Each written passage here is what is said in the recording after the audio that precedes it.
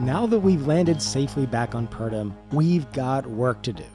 We were able to get some metal grids in a high-risk, no-jetpack space float. So now, we can upgrade the ship for salvaging and try to get back to space for some scrapping.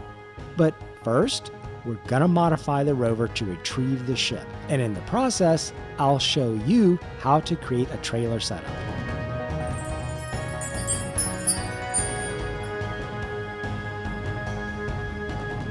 So we managed to land outside the range of the Assert base, so it's a simple matter of running back to our base to get the rover.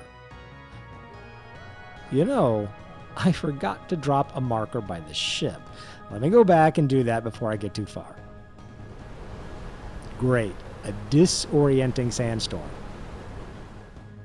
It took a little running around, but we found it. I'm hoping a meteor didn't destroy my base while I was gone. No, we're good. All right, so let me get going on this trailer attachment. Well, we have no more motors. I could break down some steel plates, probably some detectors that have nickel and make some, but I think I'll go get an Assert base that's really close by instead. That'll also be good to help build reputation with the space pirates, so they don't get too upset when I grind down their ship pieces. Another meteor hole. I'll fill this one in like the others. File down the edges, fill in the middle, then get back to business.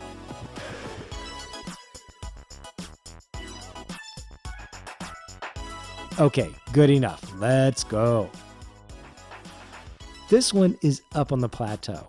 I was able to reach it without too much trouble, but I'll save you all the deaths, pistol shots, and digging and take you right to the final result. Scrapping this base was pretty straightforward again. No special components, but it was giving me the material I needed for the trailer setup and ship upgrade, plus the reputation. Now it was onto the trailer attachment. The idea is to provide movement in all three axes. For us, that's movement from side to side, up and down, and any twisting of the trailer relative to the rover. There are other configurations that'll work, but I'm starting with a down-facing rotor that'll give me that side-to-side freedom of movement. I'm also adding a piston to this, so I can raise and lower my hitch, kind of a way to pick the trailer hitch up off the ground and tow any trailer at a good height. Here at the ship, what I'd like to do is make things go easier and tip the ship more upright. So I'll add some blocks off to the side and get it pulled straight.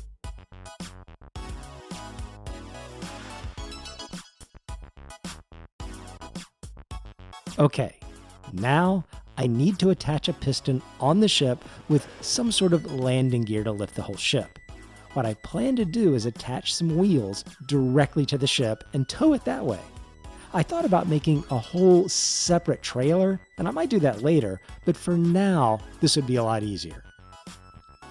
Mag plates always give me a fuss for some reason on pistons unless the piston is partially extended, so I'll use landing gear. It'll work just as good and get that all set up.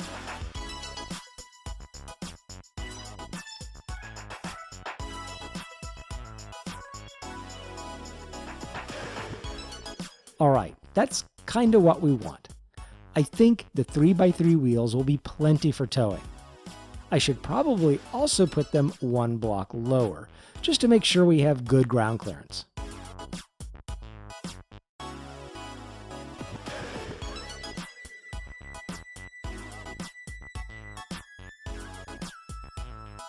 Okay, good.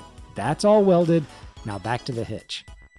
I'll start with a couple spacer blocks, kind of like a tongue on a trailer, then add a rotor. The rotor here will allow the trailer to move independently with the terrain of the rover, so they can twist in different directions if needed. And lastly, a hinge to provide that up and down pivot action. I might change this around later and have the hinge head attached to the trailer and the actual hinge on the rover, but this will be fine for now. The reason for that is so I can use the hinge to attach and detach the rover from the trailer. And by having the actual hinge on the rover, it allows me to access all the hinge controls from inside the rover while I'm backing it up and getting it in a position to attach. So let's get this rover backed up onto the ship and get it hooked up.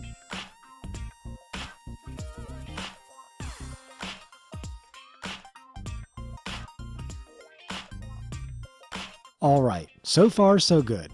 Now, all I have to do is make sure all the torque and braking are set to 0. The range of motion on things is at maximum, and that should make everything pivot and turn freely. That sits pretty level on the hitch. I'm very pleased. Let's see how it works. Things seem to pivot and turn well. It works exactly like I imagined, but we'll see how it does when we get to more rolling terrain.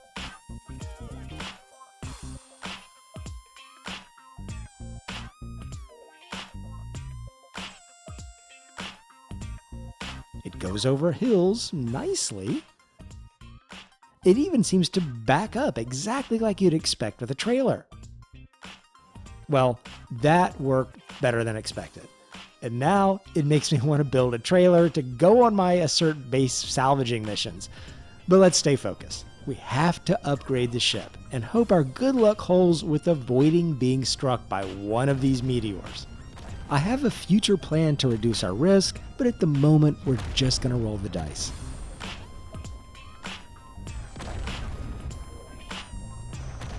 So with the ship, I'd like to get it back over to the base to refuel and recharge.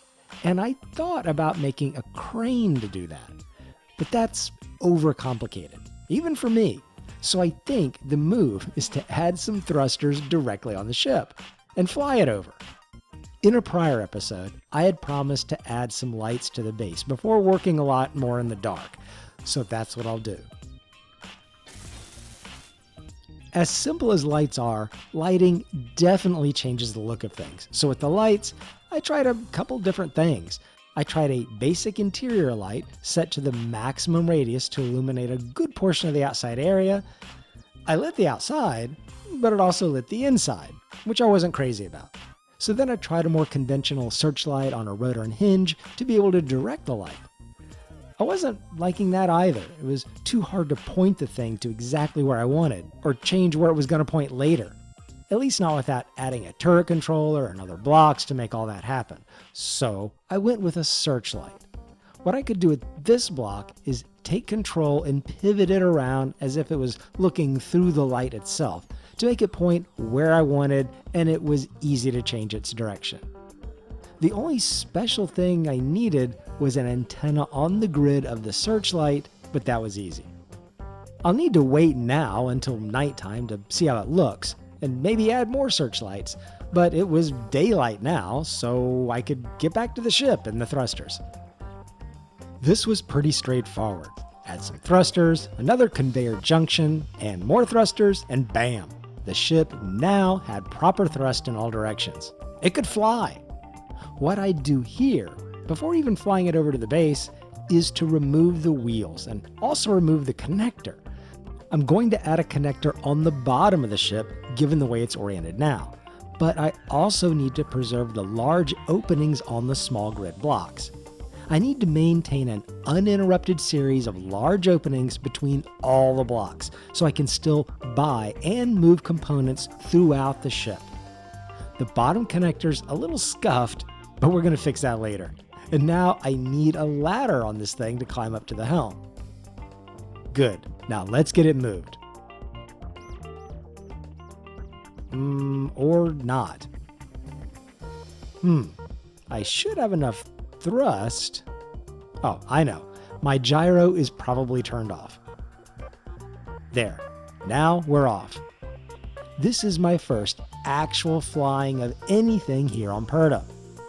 I don't really consider my rocket ship blast-off before to be flying. It was more like launching. Let's get the connector set on right, and now a little spin around and get locked down. Perfect. Okay, I've got connections going both ways if I need it, and I can get the ladder set better too. We'll add some angled blocks to serve as a ramp just to help my mag boots in space have a smooth transition up to the helm without me jumping. Jumping in space without a jetpack seems like a super bad idea. Next, our awesome little trailer hitch has to go to make room for our ship grinder. And as another thought, I think I'm going to try adding a collector to this build. To do this, I need to do what I did at the back with the connectors and place a conveyor junction with the larger openings. I'll have one opening facing forward for the grinder, another facing to the side for the collector, and another facing to the other side to put back the medium cargo containers. The only thing I wish I could do with the collector is have it easily face forwards. I think that would make it easier to maneuver. You might also be asking, why the collector? The grinder will automatically pull in and store whatever it grinds. That's true, and the ship grinders will also pull in any container contents. But in my hand grinding, and maybe the destruction of the pirate base, there were some of those temporary containers left behind with components, and the temporary containers were introduced in the last update. There may also be a situation where some loose components of containers are left lying around. These collectors work really well and will vacuum up those temporary containers and their contents, just like it does with loose components, and will allow me to grab those important bits left behind without having to let go of the helm and risk getting separated from my ship without a jetpack. Alright, one last addition here, and I've decided to add one more down thruster for a total of 4.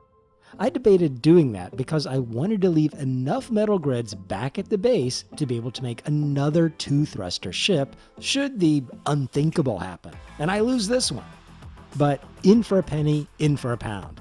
And I'm going to put all my eggs in this ship's basket, along with any other metaphors that'll fit, and take off for space to do some proper salvage.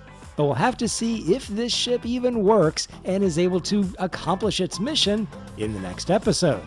Like, subscribe, and ring the bell to find out what happens. And I'll see you in the next episode.